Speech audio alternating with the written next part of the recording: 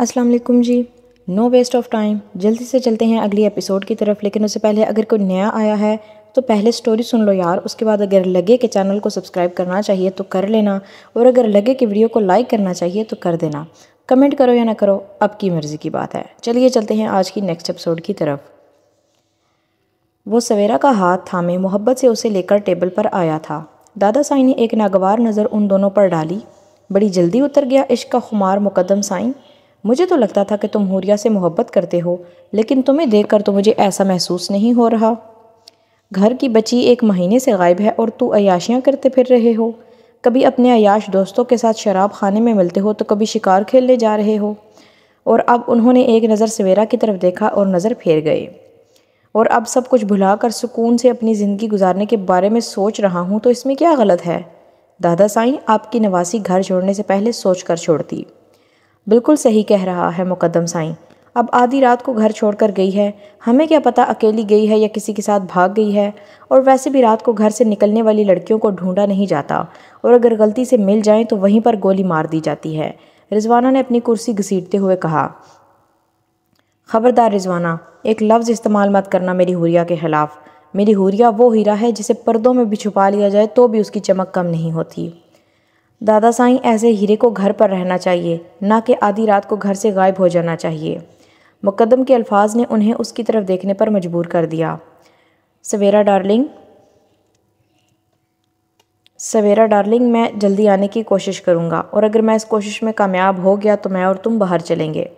ویسے بھی 1 مہینے سے ذہن پر کافی دباؤ آ گیا ہے، میں ریلیکس ہونا چاہتا ہوں.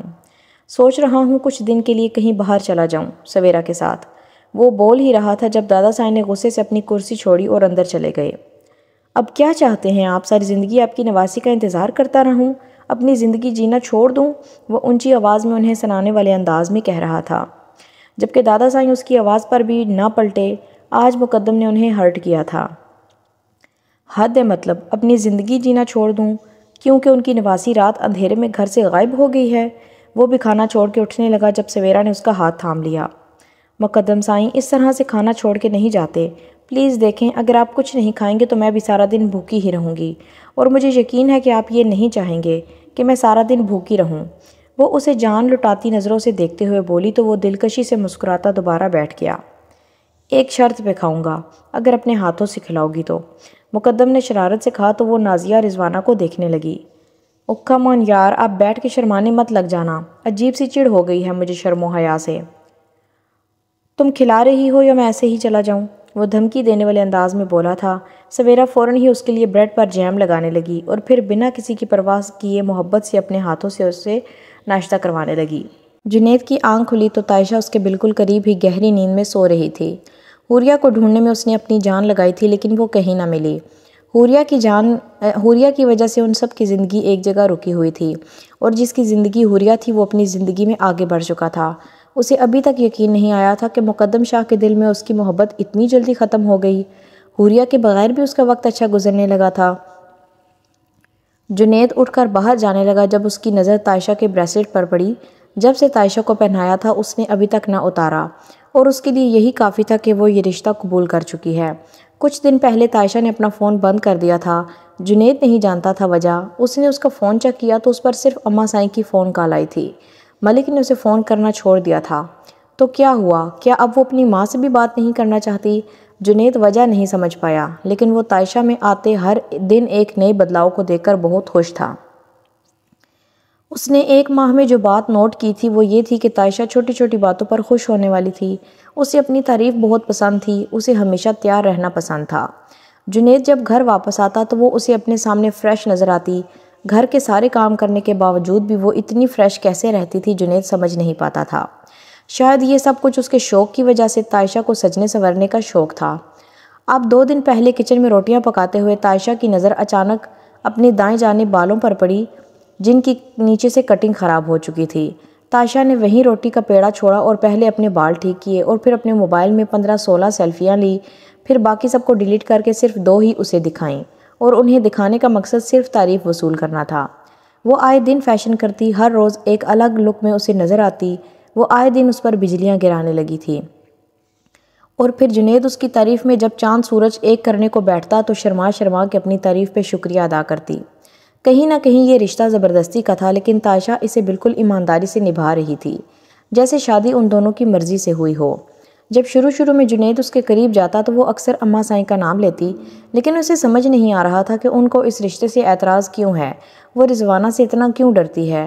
اس کا یہ ڈر دیکھتے ہوئے ہی جنید نے اس سے کچھ وقت دیا تھا اس رشتے کو سمجھنے کے لیے، اور آج صبح اسے اتنے قریب دیکھ کر وہ پھر سے بہکنے لگا۔ اس کے نچلے لب کے ساتھ وہ نقطہ نما تل جنید کو بہت تنگ کر رہا تھا، جس سے تنگ آ کر جنید نے تائشہ کو دیا ہوا وقت واپس لینے کا فیصلہ کیا اور اس کے نچلے لب پر جھکا۔ وہ گہری نیند سو رہی تھی جب خود پر دباؤ محسوس کرتے ہوئے اس کی آنکھ کھل گئی۔ جنید نے ایک نظر اس کی نظروں میں جھانکا، وہ شرم سے جھکا گئی، اور اس کے لبوں پر پیاری سی مسکراہٹ اسے ہر حدود پار کرنے پر اکسانے لگی۔ جنید نے اپنے دل کی سنتے ہوئے اس کے لبوں پر اپنے ہونٹ رکھے اور پھر گردن کی طرف آیا۔ جنید اماں سائیں، تائشہ نے ایک بار پھر سے خود سے اسے دور کرنا چاہا۔ انہیں کیا اعتراض ہوگا ہمارے پاس آنے سے؟ اور یہ کچھ انوکھا یا یونیک نہیں ہے تائشہ، مجھے میرے بچوں کے بارے میں کچھ سوچنے دو، مجھے میرے بچوں کی ضدی سی ماما کو پیار کرنے دو۔ تائشہ، میں جانتا ہوں تم یہ رشتہ قبول کر چکی ہو، تم مجھے قبول کر چکی ہو، میں جس حالات میں ہوں تم قبول کر چکی ہو، جتنا وقت میں نے تمہارے ساتھ گزارا ہے، تم مجھے کہیں سے بھی ویسی لڑکی نہیں لگی جو میرے ساتھ ایڈجسٹ نہ کر سکے۔ تمہیں نہ تو میرے ماحول سے پرابلم ہے، نہ ہی اس گھر سے پرابلم ہے، تم میری آمدن پر گزارا کرنے کے لیے تیار ہو، تم ہر طرح سے میرے ساتھ خوش ہو، تو میں اس بہانے کی کیا وجہ نکالوں کہ تم ڈر رہی ہو؟ اگر تم ڈر رہی ہو تو تمہارا یہ ڈر ابھی دور کر دیتا ہوں۔ اس کے ماتھے پر مہر ثبت کرتا مسکرا کر بولا، اور اگر کوئی اور وجہ ہے تو میں تمہارا شریک سفر ہوں، تمہارا فرض بنتا ہے کہ تم مجھے وہ بتاؤ۔ ایسی کوئی وجہ نہیں ہے جنید، میں تو بس مطلب کہ تم ڈر رہی ہو تو میری حسین سجنی، میں کس مرض کی دوا ہوں، ابھی تمہارا ڈر دور کرتا ہوں۔ مسکراتے ہوئے ایک بار پھر سے اس کے لبوں پر جھک گیا، اور اس بار تائشہ چاہ کے بھی مزاحمت نہیں کر پائی تھی۔ اس قدر محبت سے پیش قدمی پر تائشہ نے خاموشی سے اپنا آپ اس کے حوالے کر دیا، کیونکہ اس کی حسین سنگت پر وہ اپنی ماں کا خوف بھلانے لگی تھی۔ شام کے سائے گہرے ہوئے تو وہ گھر واپس آ گیا۔ سارے کپڑے مٹی سے بھرے ہوئے تھے۔ اسکول کی بلڈنگ کا کام شروع ہوئے آج 15 دن ہو چکے تھے، اور وہ بھی مزدوروں کے ساتھ ان کی پوری مدد کرنے کی کوشش کر رہا تھا، جس کی وجہ سے آج کل وہ گھر واپس آتا تو اس کے کپڑے مٹی سے بھرے ہوئے ہوتے۔ دھڑکن نے ہمت کرتے ایک بار اس کے کپڑوں کو ہاتھ لگایا اور پھر دھو کر ہی دم لیا، اور اس کے بعد کہا کہ مٹی سے بھرے ہوئے کپڑوں پر داغ صاف نہیں ہوتے، جس پر کردم نے کہا کہ گاؤں کی ساری عورتیں اپنے شوہر کے کپڑے صاف کرتی ہیں، اور اس کے بعد دھڑکن نے یہ بات چیلنج کی طرح قبول کی۔ اب چاہے سارا دن ہی ڈنڈے سے مار کٹائی کرتے ہوئے وہ اس کے کپڑوں کا حشر بگاڑ دیتی، لیکن داغ نکال کے ہی مانتی۔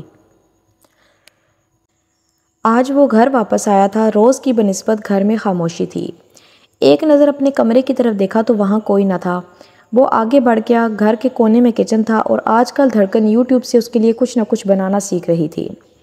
وہ کچن میں داخل ہوا تو سوں سوں کی آواز سنائی دی، شاید نہیں یقیناً وہ رو رہی تھی۔ دھڑکن، میری جان، کیا ہوا؟ اسے سامنے ہی وہ دوسری طرف منہ کیے کرسی پر بیٹھا دیکھ کر فوراً اس کے قریب آیا۔ جب دھڑکن نے اپنے بائیں ہاتھ کی تیسری انگلی اس کے سامنے کی جو چھری لگنے کی وجہ سے اچھی خاصی کٹ چکی تھی۔ یہ کیسے ہوا دھڑکن؟ دھیان سے نہیں کر سکتی تم؟ وہ اسے ڈانٹتے ہوئے اٹھا اور فرسٹ ایڈ باکس لے کر آیا۔ تمہارا ہاتھ کٹ گیا تو کھانا کس طرح سے بنایا؟ وہ اس کا ہاتھ صاف کرتے ہوئے پٹی باندھ کر پوچھنے لگا، کیونکہ کچن میں پھیلی خوشبو اس بات کی گواہ تھی کہ کھانا بن چکا ہے۔ میں نے بنایا ہے، آپ نے کہا تھا نا آپ کو سلاد کھانا اچھا لگتا ہے، تو وہ کاٹتے ہوئے، یہ مجھ سے کھیرے نہیں کاٹے جاتے۔ سوں سوں اب بھی جاری تھی۔ سلاد میں صرف کھیرے نہیں ہوتے، اور کٹر سے بھی تو کاٹ سکتی تھی، جس طرح سے پیاز کرتی ہو۔ کٹر سے ٹھیک سے نہیں کٹ رہے تھے، اور ویسے بھی ہاتھ کی محنت سے پتہ چلتا ہے کہ ہم کسی سے کتنا پیار کرتے ہیں۔ اور پیاز تو میں اس لیے کٹر سے کاٹتی ہوں کہ اس میں ٹائم زیادہ لگتا ہے اور آنسو بہتے ہیں، اس لیے کٹر سے کاٹ دیتی ہوں، لیکن آپ کے لیے سلاد میں اپنے ہاتھوں سے کاٹنا چاہتی تھی تاکہ آپ کو پتہ چلے کہ میں آپ سے کتنا پیار کرتی ہوں۔ وہ سوں سوں کرتی کردم کو مسکرانے پر مجبور کر گئی۔ اور تمہیں کس نے کہا ہے کہ تم یہ ثابت کرو کہ تم مجھ سے کتنا پیار کرتی ہو؟ اب اس کے سامنے رکھی کرسی پر وہ بیٹھتے ہوئے بولا، وہ کرن ہے نا، آج اس کی بھابھی آئی تھی ہمارے گھر، وہ کہہ رہی تھی کہ شوہر کے دل میں جگہ بنانے کے لیے اسے بتاتے رہنا چاہیے کہ آپ اس سے کتنا پیار کرتے ہو۔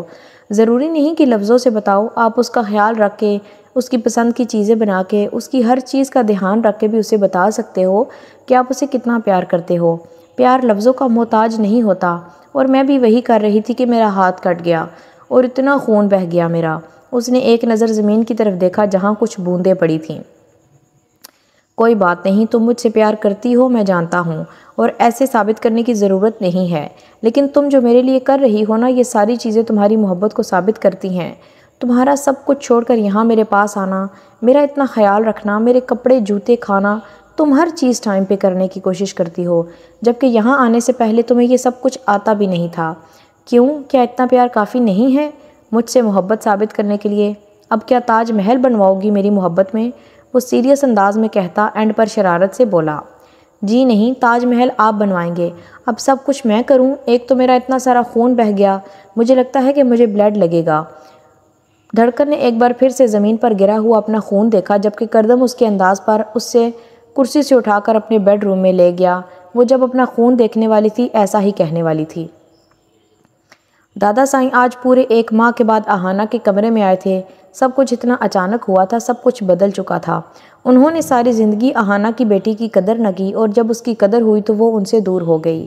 شروع میں مقدم نے یہ سب کچھ ان کی عزت بچانے کی خاطر کیا تھا، لیکن اب وہ یہ سب کچھ اپنے لیے کر رہا تھا۔ آج پہلی بار مقدم نے انہیں اتنا ہرٹ کیا تھا۔ وہ تو سوچتے تھے کہ وہ مقدم حوریہ کے بغیر سانس بھی نہیں لے پائے گا، اور یہاں مقدم ایک اپنی نئی دنیا بسانے جا رہا تھا۔ کتنی محبت تھی اس کی نظروں میں سویرا کے لیے۔ تو کیا حوریہ کی محبت کہیں کھو گئی؟ کہاں چلی گئی تھی حوریہ؟ وہ ڈھونڈ ڈھونڈ کر تھک گئے تھے، لیکن وہ کہیں نہ ملی۔ ہم جانتے ہیں حوریہ، ہم نے تمہیں بہت مایوس کیا ہے، شاید تم ہمیں کبھی معاف نہ کرو، لیکن ایک بار بس آ جاؤ۔ ابھی تو ہم نے تم سے اپنی غلطیوں کی معافی تک نہیں مانگی تھی۔ کہاں چلی گئی ہو تم؟ شاہ سائیں پریشانی سے اپنی کرسی پر بیٹھ کے آہانہ کی تصویر دیکھ رہے تھے، جس میں انہیں حوریہ نظر آ رہی تھی۔ وہ اپنی بیٹی سے بھی شرمندہ تھے، اپنی بیٹی کی آخری نشانی کو بھی نہ سنبھال پائے۔ جنید نے بہت کوشش کی کہ مقدم کی طرح وہ بھی حوریہ کو نظر انداز کر دے، لیکن نہیں کر پایا۔ اس نے حوریہ کو صرف اپنی بہن کہا ہی نہیں بلکہ دل سے مانا بھی تھا۔ حوریہ کسی مصیبت میں ہو سکتی تھی، کسی پریشانی میں ہو سکتی تھی۔ اب تو مقدم کے ساتھ ساتھ کردم بھی اپنی روٹین میں واپس جاتا جا رہا تھا، جیسے اسے بھی اپنی بہن کی پرواہ نہ ہو، لیکن جنید اس طرح سے آنکھیں بند نہیں کر سکتا تھا۔ اسے کسی بھی طرح حوریہ کا پتہ کروانا تھا۔ اسی لیے اب کردم اور مقدم دونوں کو نظر انداز کر کے وہ اکیلے حوریہ کو ڈھونڈ رہا تھا۔ احمد شاہ کی طبیعت بہت زیادہ خراب ہو گئی تھی، اسی لیے انہیں ہسپتال میں شفٹ کر دیا گیا تھا، جبکہ یہ بات دھڑکن نہیں جانتی تھی۔ اس وقت انہیں اپنی بیٹیوں کی ضرورت تھی۔ دھڑکن اس بارے میں کچھ نہیں جانتی تھی، اور سویرا کو اب صرف مقدم کی پڑی تھی۔ دادا سائیں نے خود اس سے کہا تھا کہ وہ دن کے وقت ہسپتال میں جایا کرے، جس پر سویرا نے کہا کہ اسے مقدم کے دل میں اپنی جگہ بنانی ہے، اسی لیے فی الحال وہ کہیں جانے کا ارادہ نہیں رکھتی۔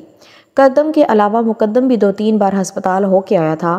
دادا سائیں وہاں آئے تو وہ خود پریشان لگے۔ دادا سائیں نے بہت سمجھایا کہ ہمیں دھڑکن کو اس بارے میں سب کچھ بتا دینا چاہیے، اور لندن میں ان کا علاج ہو سکتا ہے تو انہیں لندن چلے جانا چاہیے، جبکہ ان کا کہنا تھا کہ وہ سویرا کو اپنے ساتھ لے کے جائیں گے، اور سویرا جانے سے صاف انکار کر چکی تھی۔ اس نے کہا تھا کہ یہاں اس کا شوہر ہے، گھر ہے، سسرال ہے، وہ یہ سب کچھ چھوڑ کر نہیں جا سکتی، اور ویسے بھی اب مقدم سے اس کا نکاح ہو چکا تھا، اسے احمد شاہ کی ضرورت نہیں تھی۔ دادا سائیں کے بہت سمجھانے کے بعد احمد شاہ اپنے علاج کروانے کے لیے لندن جانے پر تیار ہو گئے تھے، لیکن وہ دھڑکن سے ملے بغیر جانا چاہتے تھے، کیونکہ انہیں لگتا تھا کہ دھڑکن ان کے چہرے سے ہی ان کی بیماری پکڑ لے گی۔ وہ اس معاملے میں دادا سائیں سے بہت ضد کر کے بھی اپنی بات نہیں منوا پائے تھے۔ سویرا شام سے مقدم کا انتظار کر رہی تھی۔ رات کے 2 بج چکے تھے اور مقدم کا کہیں کوئی اتا پتہ نہیں تھا۔ آج خاص اس کے لیے اس کی پسند کے کلیئر کلر کی نائٹی پہنے اپنا سراپا حسن بکھیرے بیٹھی تھی، اور جس کے لیے یہ سب کچھ کیا تھا وہ تو بے خبر نہ جانے کہاں تھا۔ انتظار کرتے کرتے وہ نیند سے بے حال ہو گئی۔ پہلے شام کو اس کی پسند کا کھانا بناتے ہوئے ہی وہ تھک چکی تھی۔ ہار کر وہ سونے کے لیے لیٹ گئی تو مقدم کی گاڑی کی ہارن کی آواز سنائی دی۔ اب آئے ہیں جب آدھی رات گزر چکی ہے۔ وہ غصے سے بڑبڑاتے ہوئے باہر نکلی جب مقدم کو دروازے سے اس کے دوست اپنے کندھوں پر ڈالے آ رہے تھے۔ بھابی سائیں کو کمرے تک پہنچانا ہے، آج ضرورت سے زیادہ ہی پی لی ہے۔ اس کا دوست اسے دیکھ کر مسکرایا اور پھر اسے لے کر وہ کمرے میں گئے۔ Savera darling, I really miss you, میں نے بہت مس کیا پورا دن۔ بہت مس کیا بیبی، تمہاری آنکھیں۔ اس کے دوست ابھی اسے بیڈ پر لٹا ہی رہے تھے کہ جب بولنا شروع ہوا، سویرا ان کے سامنے شرمندہ ہو کر رہ گئی۔ ہمیں لگتا ہے ہمیں چلنا چاہیے۔ دونوں لڑکوں نے ایک دوسرے کی طرف اشارہ کیا اور وہ باہر جانے لگے تو سویرا اس کے قریب آ رکی۔ تمہاری آنکھیں حقیقت کا آئینہ ہیں۔ وہ اس کا ہاتھ تھام کر اسے کھینچ کر خود پر گرانے لگا۔ تم بہت خوبصورت ہو، اسے سختی سے خود میں بھینچتے ہوئے سرگوشیانہ انداز میں بولا۔ مقدم سائیں، آپ مجھے ہرٹ کر رہے ہیں، چھوڑے مجھے۔ اس کی باہوں میں وہ تڑپ کر رہ گئی۔ پر میں تو صرف تمہیں پیار کر رہا ہوں، وہ بدحواس ہوئے بولا۔ یہ کون سا طریقہ ہے پیار کرنے کا؟ میں نے آپ سے کہا تھا نا کہ میں نشے میں آپ میرے قریب نہیں آؤ گے۔ اچھے سے جانتی ہوں میں، مرد نشے میں انسان سے حیوان بن جاتا ہے۔ وہ اسے خود سے دور کرتی کمرے سے باہر جانے لگی جب مقدم نے بیڈ سے اٹھ کر اسے پکڑ کر ایک بار پھر سے اپنی طرف کھینچا۔ میں انسان ہوں یا حیوان، تو میرے نکاح میں ہو، تمہارا فرض بنتا ہے مجھے برداشت کرو۔ اگلے ہی لمحے وہ اسے بیڈ پر دھکا دیتے ہوئے بولا۔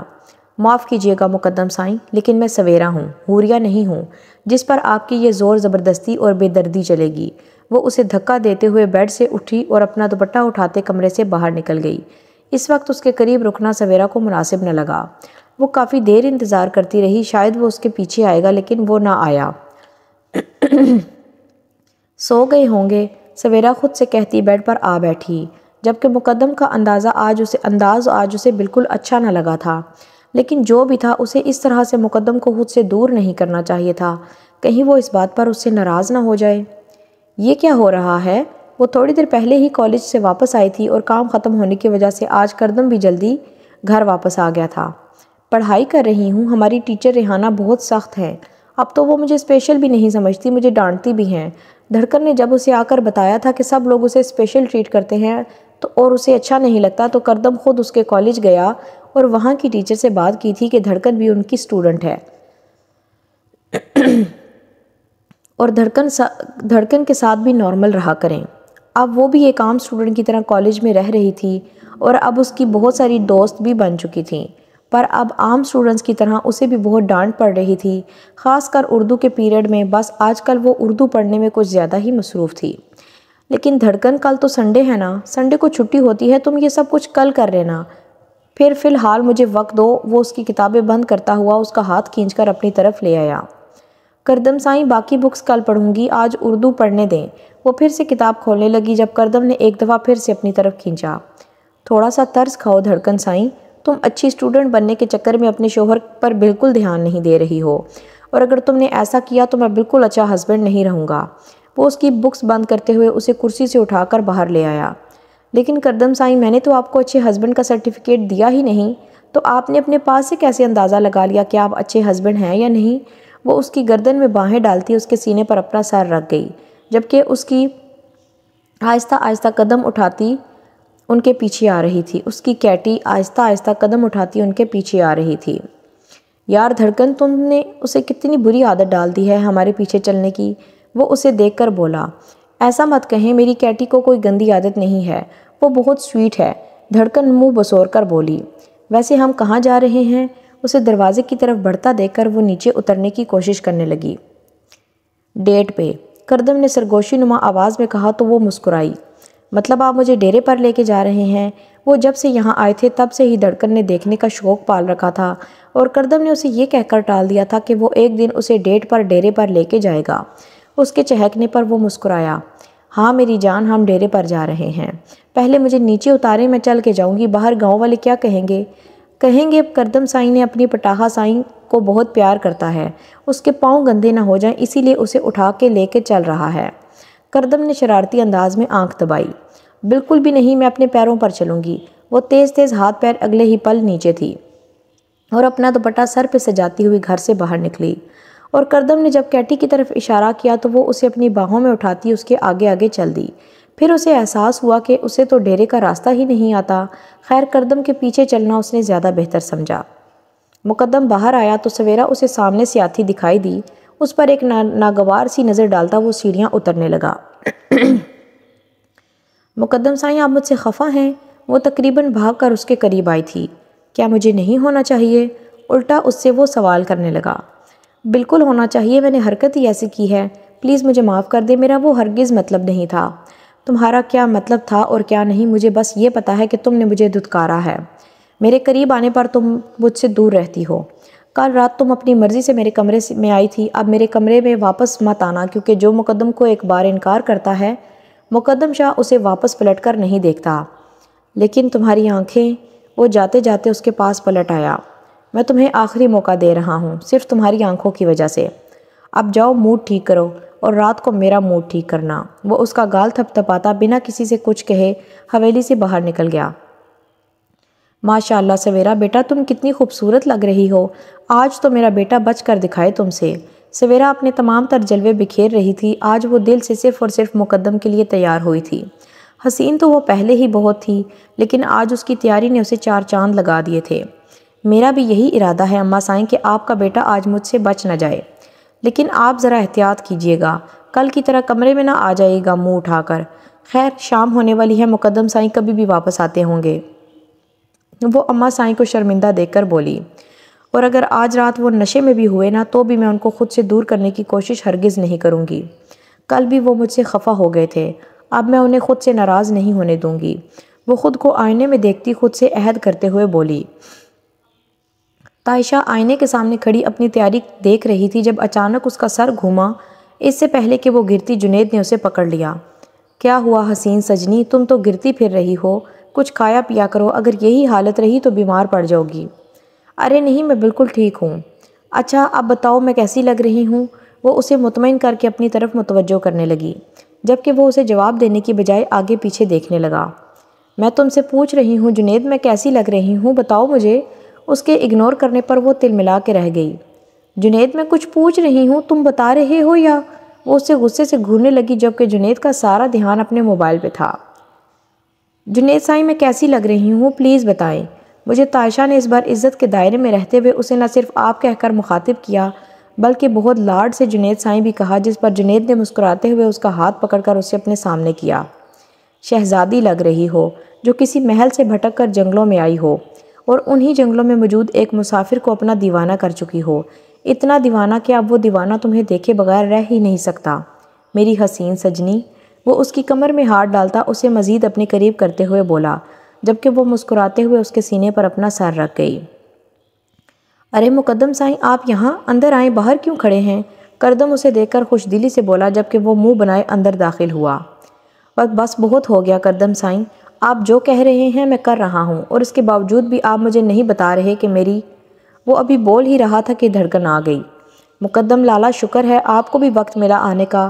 اسے اتنے دنوں کے بعد دیکھ کر وہ سارے گلے شکوے بھلا کر اس سے ملنے لگی۔ کیسی ہو گڑیا، اور تمہاری پڑھائی کیسی جا رہی ہے؟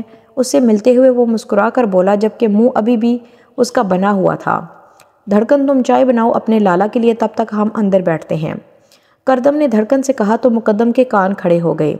استغفر اللہ، دھڑکن میرے لیے چائے مت بنانا، تمہاری چائے پی کر مجھے 15 دن نیند نہیں آئے گی، خدا کے لیے میں سونا بھی چاہتا ہوں۔ وہ دھڑکن کو روکتے ہوئے بولا تو دھڑکن کا منہ بن گیا جس پر کردم کو ترس آ گیا۔ تمہاری چائے کی لوگوں کو قدر ہی نہیں ہے، صرف میں قدر کرتا ہوں تمہاری چائے کی۔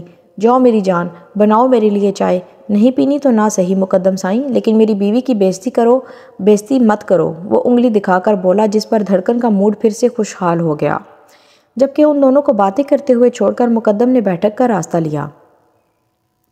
دیکھو مقدم سائیں تھوڑا سا صبر کرو، مجھ سے نہیں ہوتا، مقدم نے اس کی بات کاٹی۔ مقدم جب تک سویرا سب کچھ بتا نہیں دیتی تب تک ہم حوریہ کو سامنے نہیں کر سکتے، وہ بھی تب جب ملک پر حملہ ہوا ہے۔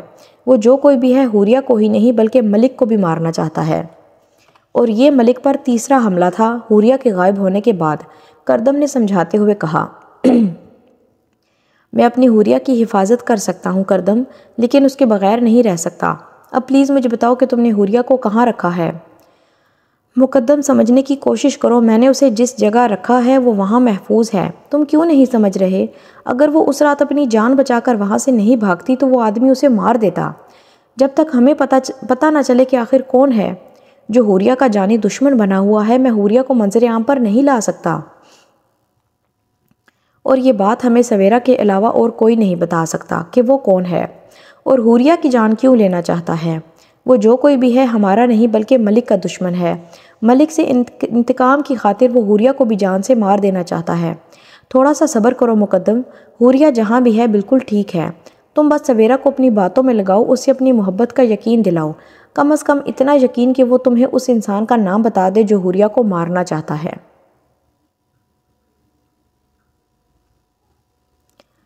لیکن کردم سائیں، وہ لڑکی میری جان نہیں چھوڑتی، دل تو کرتا ہے بالوں سے پکڑ کر اس کا سر دیوار پر دے ماروں۔ کہتی ہے کہ وہ میری حوریہ سے بہتر ہے، میری حوریہ کی جوتی کے برابر بھی نہیں ہے، نہ اپنی فکر ہے نہ ہمارے خاندان کی، گھٹیا لڑکی۔ مقدم، اس نے تمہیں پانے کے لیے یہ سب کچھ کیا ہے، اس نے تمہیں حاصل کرنے کے لیے تمہارے دشمنوں سے ہاتھ ملایا، اگر تم اسے مل جاؤ گے تو وہ ان دشمنوں کا کیا کرے گی؟ وہ خود تمہیں ان کا نام بتائے گی، بس تم اپنی پلاننگ تیار رکھنا، جیسا ہم نے سوچا ہے ویسا ہی ہونا چاہیے، اور اس بارے میں کسی کو کانوں کان خبر نہیں ہونی چاہیے۔ اب کہاں جا رہے ہو؟ کردم کے بولتے بولتے وہ اٹھ کھڑا ہوا۔ جا رہا ہوں آوارہ گردیاں کرنے، کم از کم گھر تو نہیں جاؤں گا، آج رات وہ چڑیل میری عزت لوٹ لے گی۔ مقدم نے اتنی معصوم شکل بنا کر کہا جیسے ساری دنیا کی معصومیت اسی پہ ختم ہوتی ہو، جبکہ اس کی بات پر کردم کا کہکہا اتنا بلند تھا کہ کچن میں کھڑی دھڑکن گھبرا کے رہ گئی۔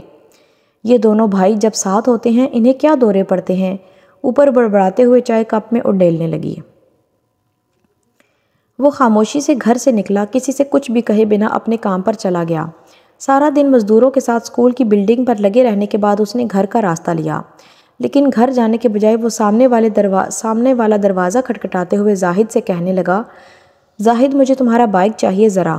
کردم کے کہنے کی دیر تھی کہ زاہد بھاگتے ہوئے چابی لا کر اسے دینے لگا۔ میں تقریباً 1 گھنٹے میں واپس آ جاؤں گا، وہ زاہد کو کہتے ہوئے بائک لے کر کہیں نکل گیا۔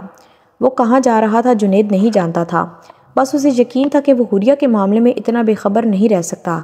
وہ جانتا تھا یہ غلط ہے اور اسے ایسا نہیں کرنا چاہیے، لیکن پھر بھی کردم کا پیچھا کرنا بہت ضروری تھا۔ راستے میں ایک بار کردم نے اپنی بائک روکی اور ہر طرف دیکھا اور کسی کو نہ پا کر مطمئن سا آگے کی طرف جانے لگا۔ اس کی نظروں سے اوجھل ہوتے ہی جنید نے اپنی بائک نکالی اور اس کے پیچھے نکل گیا۔ کچھ ہی دیر میں کردم ایک چھوٹے سے مکان کے سامنے کھڑا تھا۔ دروازہ کھٹکھٹایا تو ایک بوڑھی عورت باہر نکلی۔ وہ کردم کو اسی طرح سے پیار کر رہی تھی جیسے اس کی سگی ماں ہو۔ کردم اس سے محبت وصولتا اندر چلا گیا، جبکہ جنید وہیں بائک کچھ فاصلے پر روکے اس گھر پر نظر رکھے ہوئے تھا۔ تھوڑی ہی دیر میں کردم واپس باہر آیا اور عورت سے ملا اور پھر بائک پر بیٹھا تھا۔ اس بوڑھی عورت کو خدا حافظ کرنے کے بعد اس نے دروازے کی طرف ہاتھ ہلایا تھا۔ یقیناً دروازے کے پیچھے بھی کوئی تھا، لیکن کون یہ اب جنید نے جاننا تھا۔ سائیں، میں یقین سے کہہ سکتا ہوں کردم سائیں جہاں گئے تھے وہاں 2 لوگ تھے۔ جنید، کیا تم اس عورت کو جانتے ہو جو کردم سے مل رہی تھی؟ دادا سائیں نے بے صبری سے پوچھا۔ نہیں سائیں، عورت کو نہیں دیکھ پایا، اس نے بہت بڑی چادر کر رکھی تھی اور میں کافی فاصلے پر تھا، لیکن اس بات کا مجھے یقین ہے کہ اندر کوئی تو موجود تھا۔ اگر آپ کہیں تو میں ابھی آپ کو اس جگہ پر لے چلوں؟ جنید نے فوراً کہا، جبکہ کوئی اور تھا جو دروازے پر ان کی ساری گفتگو سن رہا تھا۔ ٹھیک ہے جنید، مجھے ابھی اسی وقت اس جگہ پر لے چلو۔ دادا سائیں کے کہنے پر جنید فوراً باہر گاڑی کی طرف دوڑا تھا۔ سائیں، زاہد کا موٹر سائیکل کھڑا ہے، اس کا مطلب ہے کہ کردم سائیں اس وقت یہیں موجود ہیں، وہ یہاں روز آتے ہیں، کچھ تو خاص ہے یہاں۔ جنید نے گاڑی سے نکلتے ہوئے ان کی سائیڈ کا دروازہ کھولا۔ کھٹکھٹاؤ دروازہ، ہم بھی تو دیکھیں یہاں ایسا کیا خاص ہے۔ اپنے پیچھے مقدم کی آواز سن کر دادا سائیں نے بے ساختہ اس کی طرف دیکھا۔ تم یہاں کیا کر رہے ہو مقدم سائیں؟ اسے اپنے پیچھے دیکھ کر وہ پوچھنے لگے۔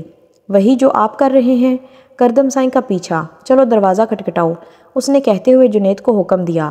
دادا سائیں کا اشارہ ملتے ہی وہ دروازے کی جانب بڑھا۔ اس سے پہلے کہ وہ دروازہ کھٹکھٹاتا کسی نے دروازہ کھول دیا۔ دادا سائیں، جنید، مقدم سائیں، آپ لوگ یہاں کیا کر رہے ہیں؟ ان سب کو یہاں دیکھ کر کردم بوکھلا کر بولا۔ یہی سوال ہمارا بھی ہے کردم سائیں، دادا سائیں نے کہا۔ میں تو یہاں نانی سے ملنے آیا تھا، آپ نے ہی تو کہا تھا دادا سائیں کہ ان کی طبیعت بہت خراب ہے اور انہیں میری ضرورت ہے، وہ حویلی چھوڑ کر اپنے آبائی گھر میں شفٹ ہو چکی ہیں، اسی لیے میں اکثر ان سے ملنے آتا ہوں۔ اور کون کون رہتا ہے یہاں؟ دادا سائیں اس کی بات سے متاثر نہیں ہوئے تھے۔ اور کوئی نہیں، بس میری نانی رہتی ہیں اور ان کی ایک نوکرانی خدیجہ۔ خیر میں نے مل لیا اپنی نانی سے، چلیں حویلی چلتے ہیں۔ کردم نے راستے کی طرف اشارہ کیا۔ کردم سائیں، ہم یہاں تک آئے ہیں تو آپ کی نانی سے مل کر جائیں گے۔ کیوں دادا سائیں؟ مقدم اس کی بات کو اگنور کرتے ہوئے آگے بڑھا۔ وہ سو گئی ہیں مقدم سائیں۔ کردم نے اس کے سینے پہ ہاتھ رکھتے ہوئے اسے دروازے سے پرے کرنا چاہا۔ اچھا اچھا کو گھسیٹتے ہوئے دلکشی سے مسکرایا۔ میری حوریہ جاگ رہی ہوگی، چلیں اس سے مل کر چلتے ہیں یا اسے اپنے ساتھ لے کر چلتے ہیں۔ مقدم اس کا ہاتھ اپنے سینے سے ہٹاتے ہوئے ایک بار پھر سے دروازے کی طرف قدم بڑھا گیا۔ مقدم سائیں، حوریہ یہاں اندر نہیں ہے، اماں سائیں نے باہر آ کر کہا۔ یہاں صرف میں اور میری ایک ملازمہ رہتی ہے اور عورتوں کا گھر ہے، اس طرح سے آپ اندر نہیں جا سکتے۔ آپ تو کہہ رہے تھے کردم سائیں کہ نانی سو رہی ہیں اور یہ تو جاگ رہی ہیں، ماشاءاللہ سے ان کی طبیعت بھی کافی صحیح لگ رہی ہے، اور مجھے جب 1.5 ماہ پہلے وہ ان سے ملا تھا تب وہ کافی نڈھال لگ رہی تھی، لیکن آج خوبصورت اور صحت مند نظر آ رہی تھی۔ بس نواسے سے ملنے کا اثر ہے، پھر ملاقات ہوگی۔ وہ دروازہ بند کرنے لگیں تو مقدم نے بیچ میں ہی ہاتھ رکھ دیا۔ آپ کو اتنی جلدی کیوں ہے ہمیں یہاں سے بھیجنے کی؟ آپ تو ایسے گھبرا رہی ہیں جیسے کوئی چور چوری کرتے ہوئے پکڑا جائے۔ مقدم، بدتمیزی مت کرو، دادا سائیں نے ٹوکا۔ تو آپ ان سے کہیں کہ سیدھے طریقے سے میری حوریہ کو میرے حوالے کر دیں تاکہ میں یہاں سے چلا جاؤں۔ مقدم نے دادا سائیں کو گھورتے ہوئے کہا۔ یقیناً ان کی بیچ میں مخالفت اسے پسند نہ آئی تھی۔ وہ کہہ رہی ہیں کہ حوریہ اندر نہیں ہے، چلو یہاں سے۔ اس کی بدتمیزی کو دیکھتے ہوئے دادا سائیں نے فی الحال یہاں سے جانا ہی بہتر سمجھا۔ تو کیا کہتی ہیں آپ، حوریہ اندر نہیں ہے؟ وہ انہیں دیکھ کر کہنے لگا تو انہوں نے نفی میں سر ہلایا۔ مقدم ہاں میں سر ہلاتا ہوا گاڑی کی طرف آیا۔ سب نے سکون کا سانس لیا کہ وہ واپس جانے کے لیے تیار ہو چکا ہے، لیکن گاڑی میں بیٹھنے کے بجائے وہ گاڑی کی ڈگی کی طرف گیا اور اگلے ہی پل وہ لوہے کا راؤڈ نکالتا ہوا واپس وہیں پر آ رکا۔ مقدم، یہ راؤڈ یہاں کیوں لائے ہو؟ دادا سائیں کو اس کی سمجھ نہیں آ رہی تھی، آخر یہ کیا کرنے والا تھا؟ نانی کی غلط فہمی دور کرنے جا رہا ہوں، انہیں لگتا ہے کہ حوریہ اندر نہیں ہے، لیکن ابھی 2 منٹ میں اسی دروازے سے باہر نکلے گی۔ مقدم نے یقین سے کہتے ہوئے راؤڈ اٹھا کر اپنے سر پر دے مارا۔ مقدم سائیں، یہ کیا کر رہے ہیں آپ؟ دادا سائیں چلاتے ہوئے اس کی طرف بڑھے۔ دور رہیں مجھ سے، اگر میری حوریہ یہاں نہیں ہے تو مجھے میری غلط فہمی دور کرنے دیں، لیکن وہ یہاں ہے اور میں ابھی آپ سب کی غلط فہمی دور کر دوں گا۔ اس نے کہتے ہوئے وہ راؤڈ ایک بار پھر سے اپنے سر پر دے مارا۔ خون کی لہروں سے چہرہ مکمل سرخ ہو چکا تھا۔ مقدم، یہ کیا بے وقوفی ہے؟ کردم نے اسے روکنا چاہا، لیکن اس کے قریب آنے سے پہلے ہی وہ 2 قدم پیچھے ہٹ گیا اور ایک بار پھر سے راؤڈ اپنے سر پر دے مارا۔ سر ایک بار چکرا کے رہ گیا، آنکھیں بند ہونے لگی جب ایک نازک مگر زوردار تھپڑ اس کے گال پہ آ لگا، اور اس کے ساتھ ہی مقدم کے لبوں پر ایک خوبصورت مسکراہٹ آ رکی اور اس نے بنا کسی کی پرواہ کرتے ہوئے اسے کھینچ کر اپنے سینے میں چھپا لیا۔ آیا مزہ اس ایپیسوڈ کا؟ لیا ہے نا کہانی نے ایک اور ٹرن۔ ابھی اس سے بھی زبردست ٹرن ایک اور آئے گا نیکسٹ ایپیسوڈ میں، تو آپ نے نیکسٹ ایپیسوڈ کا ویٹ کرنا ہے، اور بہت جلد ہی اس کی لاسٹ ایپیسوڈ ہونے والی ہے۔ آپ نے مجھے بتانا ہے کہ آپ کو یہ ناول کیسا لگا ہے، اور اگر کوئی نیا ہے جس نے یہ سٹوری دیکھی ہے یا چینل یا ویڈیو دیکھی ہے تو وہ میرے چینل کو سبسکرائب کر دے، کیونکہ یہاں بہت مزے کی سٹوریز اپلوڈ ہوتی ہیں۔ مجھے آپ سب کے سپورٹ کی ضرورت ہے، اس لیے کائنڈلی شیئر بھی کر دیا کرے، ویڈیو کو لائک کر دیا کرے، کمنٹ کر دیا کریں، اور جو نیا آئے کائنڈلی وہ چینل کو سبسکرائب کر دیا کرے۔ اپنا بہت زیادہ خیال رکھیے گا، اگلی ایپیسوڈ میں پھر ملیں گے، تب تک کے لیے اللہ حافظ۔